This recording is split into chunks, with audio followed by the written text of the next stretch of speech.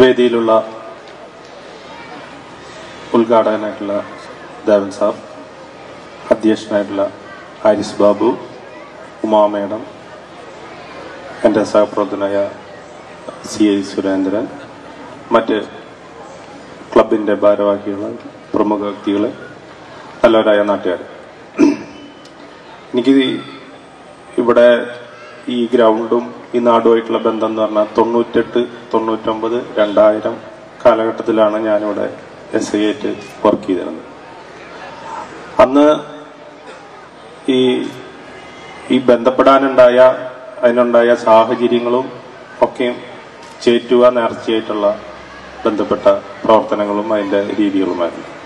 അങ്ങനെ 2-3 കാര്യം കൊണ്ടാണ് ഈ നാടിനോട് എനിക്കുള്ളൊരു ബന്ധമുള്ളത്. ഒന്ന്, ആ ചേറ്റുക നേർച്ചയിൽ 3 കൊല്ലം പങ്കെടുക്കാനും അതിൻ്റെ ഒരു ഭാഗമാകാനും സാധിച്ചതിൽ.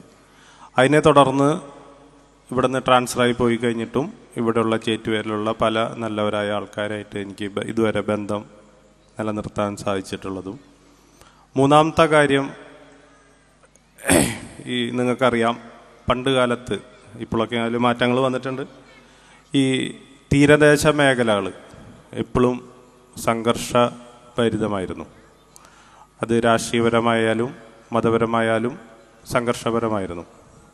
പക്ഷേ ഈ ചേറ്റുവേൽ വിവിധ മതക്കാരുണ്ട്, വിവിധ രാഷ്ട്രീയ പ്രവർത്തകരുണ്ട്. എന്നാലും ആ കാലഘട്ടത്ത് വരെ ഒരു ദിവസം ഒരു സംഭവം ഉണ്ടായി കഴിഞ്ഞാൽ പിന്നീട് അത് പടർന്ന് പിടിക്കാറില്ല. അത് അന്നോ പിറ്റേ ദിവസം കൊണ്ട് നമുക്കത് തീർക്കാൻ സാധിക്കാറുണ്ട്. അതിവിടെ ഇപ്പോൾ ദേവൻ സാറും ആരിഷ് ബാബുവൊക്കെ പറഞ്ഞ പോലെ ഈ ക്ലബ്ബുകൾ, ഈ ക്ലബിൻ്റെ അല്ലെങ്കിൽ ഈ അതിനോട് ബന്ധപ്പെട്ട് പ്രവർത്തിക്കുന്ന വ്യക്തികളുടെ പ്രവർത്തനത്തിൻ്റെ ഫലമായിട്ടായിരുന്നു അല്ലെങ്കിൽ ആണ് എന്നെനിക്ക് വളരെ സന്തോഷത്തോടുകൂടി പറയാൻ സാധിക്കും. പിന്നീട് ഈ കാലഘട്ടങ്ങളൊക്കെ കഴിഞ്ഞു. ഇവിടെ പിന്നീടുള്ള നേർച്ചകൾക്കും സമ്മേളനത്തിൽ ഞാൻ പങ്കെടുത്തിട്ടുണ്ട്. പിന്നെ ഇവിടെ നമുക്കറിയാം, ഒരു ദുരന്തം ഉണ്ടായ ഒരു സംഭവം ഉണ്ടായിരുന്നു. അന്ന് ഞാൻ വേറെ സ്ഥലത്ത് ഡ്യൂട്ടി ചെയ്യായിരുന്നു. അപ്പോഴും നമുക്കതൊക്കെ TV കാണുമ്പോൾ ഇവിടുത്തെ അമ്മമാരും സഹോദരങ്ങളും ഈ സ്കൂൾ വരാന്തയിൽ കൂടെയൊക്കെ ഓടുന്നത് നമ്മൾ TV കണ്ടിരുന്നു.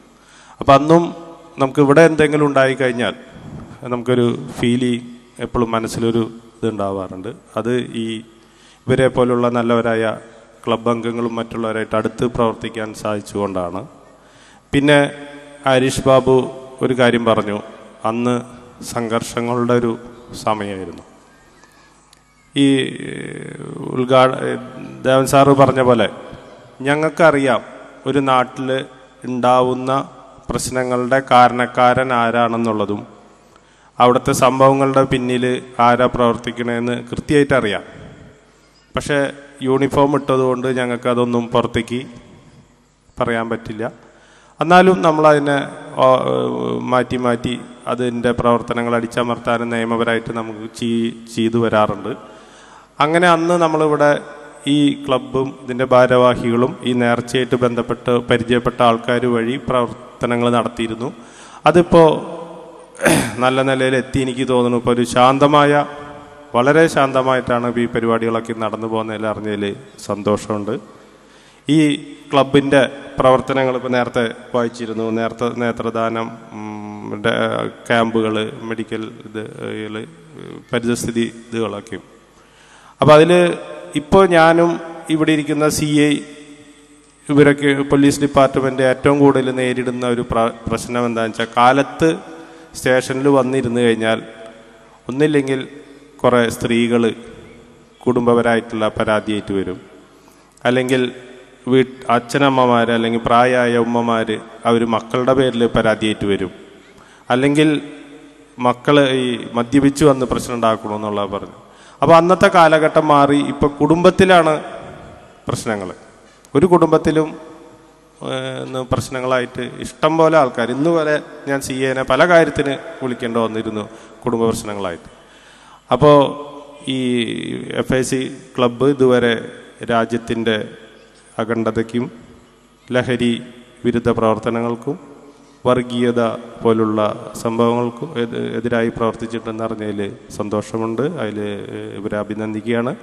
ഇനിയുള്ള പ്രവർത്തനങ്ങൾ നിങ്ങളെ കുടുംബത്തിൽ ഇപ്പോൾ പുതിയ പല നയങ്ങളും പുതിയ രീതികളും കൊണ്ട് കുടുംബത്തിൽ വന്ന് നിൽക്കുന്ന അസ്വസ്ഥതകൾക്കെതിരെ പ്രവർത്തിക്കാനും കൂടി അവസരം അവർ ഒരുക്കണം എന്ന് പറഞ്ഞുകൊണ്ട് ഇവിടെ കൂടിയിരിക്കുന്ന നല്ലവരായ നാട്ടുകാർക്കും ഇതിൻ്റെ പ്രവർത്തകർക്കും പിന്നെ ഇവിടെ ഈ പ്രോഗ്രാം അവതരിപ്പിക്കാൻ വന്നിട്ടുള്ള ഈ സിനിമാല പ്രോഗ്രാം പോലുള്ള നല്ല പരിപാടികൾ അവതരിപ്പിച്ച കലാകാരന്മാർക്കും അഭിവാദ്യങ്ങൾ അർപ്പിച്ചുകൊണ്ട് എൻ്റെ വാക്കുകൾ നിർത്തുന്നു. നന്ദി, നമസ്കാരം.